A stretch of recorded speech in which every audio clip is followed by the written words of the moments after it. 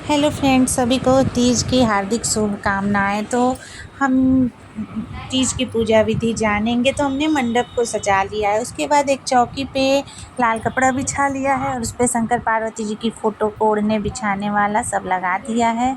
और अब हम चावल से बनाएंगे कलश रखने के लिए अष्टदल कमल। तो इसमें 8 ऐसे बना देंगे उंगलियों से। उसके ऊपर हम रखेंगे कलश। कलश की स्थापना करेंगे। तो देखिए, मैंने ये 8 बना दिया है ऐसे उंगलियों से। इसे अष्टदल कमल कहते हैं।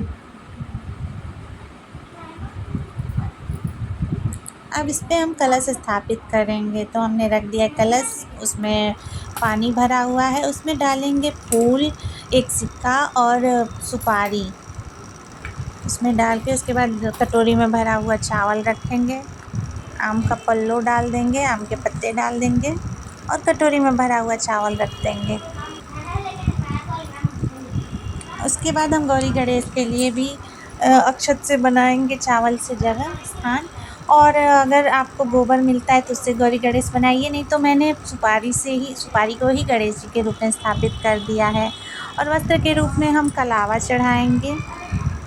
कलश को भी देवता का रूप माना जाता है, इसलिए कलश की भी पूजा की जाती है। और ये गणेश जी को भी वस्त्र के रूप में हम कलावा चढ़ाएंगे। चावल के ऊपर हम दीपक स्थापित कर देंगे। उसके बाद ये रहा सूखा नारियल। इस नारियल में भी हम कलावा लपेट देंगे अच्छे से और इसको भी हम सिंदूर वंदूर लगा देंगे। नारियल पे भी सिंदूर लगा देंगे, कलश पे सिंदूर लगा देंगे, गौरी गणेश को सिंदूर लगा देंगे, रोरी लगा देंगे, चंदन लगा देंगे। मतलब जैसे शंकर पार्वती जी की पूजा की जाएगी वैसे ही कलश की, नारियल की और ये सुपारी रखे हुए गणेश जी की भी पूजा की जाएगी। और ये हमने कुछ दान का सामान रखा है। तो ये जो दान का सामान है ये मैंने खुद के लिए रखा है, जिसे मैं पार्वती जी को चढ़ाऊंगी और फिर खुद ग्रहण करूंगी, खुद यूज करूंगी। और ये है दान का सामान जो कि हम पंडित को देंगे या मतलब आप ननद को भी दे सकते हैं। जिसे मन करे आप उसे दे दीजिए, ज़रूरतमंद को भी दे सकते हैं या मंदिर में दान कर दीजिए। अब हम भोलेनाथ और पार्वती माता को माला पहना लेंगे फूलों की। और मनचाहे फूल, जो भी फूल आपके पास, फूल, फल, मिठाइयाँ, वो सब अर्पित करेंगे उन्हें। ये बेलपत्र है, ढेर सारा बेलपत्र आया था लेकिन एक ही सुरक्षित बचा था और कटे फटे बेलपत्र नहीं चढ़ाए जाते हैं, इसलिए एक बचा था तो मैंने एक पे ही सिंदूर से कर दिया, टीका लगा के चढ़ा दिया।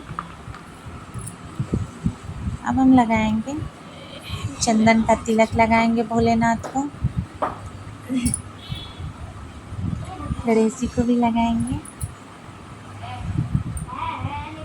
माँ पार्वती को सिंदूर लगाएंगे, नारियल पे भी सिंदूर, रोरी, ये सब लगा देंगे। माता पार्वती को सिंदूर लगाएंगे और उसी सिंदूर को हम बाद में सुहाग लेंगे। तो 3 बार सुहाग, 3, 7, 9, 11 ऐसे करके लिया जाता है। और ये थोड़ा हम इत्र लगा देंगे, शहद लगा देंगे, भगवान जी को शहद चढ़ा देंगे। और ये गणेश जी को दूब बहुत पसंद आता है, तो गणेश जी के लिए ये दूब है। ये फूल चढ़ा देंगे हम और कलश को भी फूल चढ़ा देंगे। और जो दान का सामान जो आपने अपने लिए ख़रीदा हुआ है वो सब चीज़ें माता पार्वती को चढ़ा देंगी और बाद में खुद यूज करेंगे हम उसे। ये बिंदी भी रखती है, बिंदी, सिंदूर।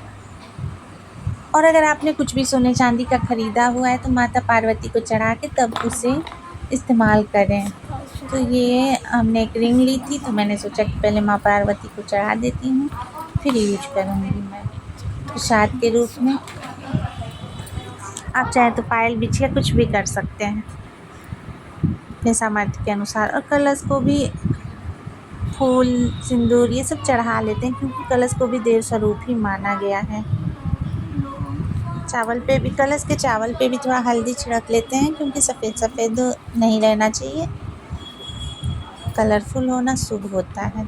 शंकर जी का भांग, धतूरा, ये सब जो भी फल फूल हैं हमने सब चढ़ा लिया है। जो भी मिष्ठान आप लाए हों, मैं तो सफ़ेद लाई हूँ कलाकंद, क्योंकि भोलेनाथ को दूध से बनी चीज़ें पसंद हैं और सफ़ेद चीज़ें भी पसंद हैं, तो इसलिए मैं ये लेके आई हूँ। आप जो चाहे मिठाई वो अपनी इच्छा अनुसार चढ़ा सकते हैं या सामर्थ्य के अनुसार। मिठाई फल का भोग लगा देंगे भगवान को। 5 तरह के फल चढ़ाए जाते हैं और खीरा विशेष होता है, और अगले दिन तो खीरा खा के पारण किया जाता है।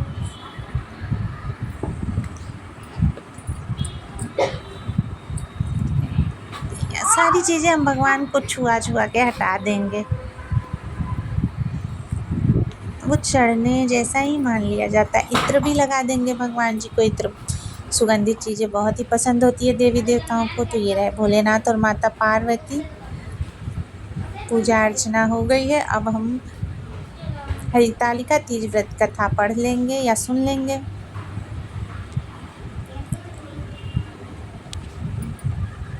और तीज की कथा मैंने चैनल पे भी डाली हुई है, आप चाहे तो जाके देख सकते हैं।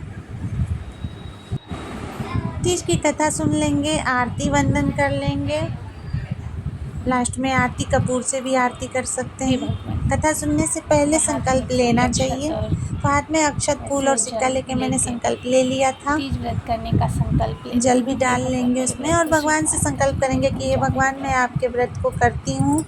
अपना नाम ले लेंगे और कथा सुनना प्रारंभ कर देंगे। कथा समाप्त हो जाए तो आरती कर लेंगे और ऐसे सुहाग ले लेते हैं माता पार्वती से। वीडियो पसंद आए तो लाइक से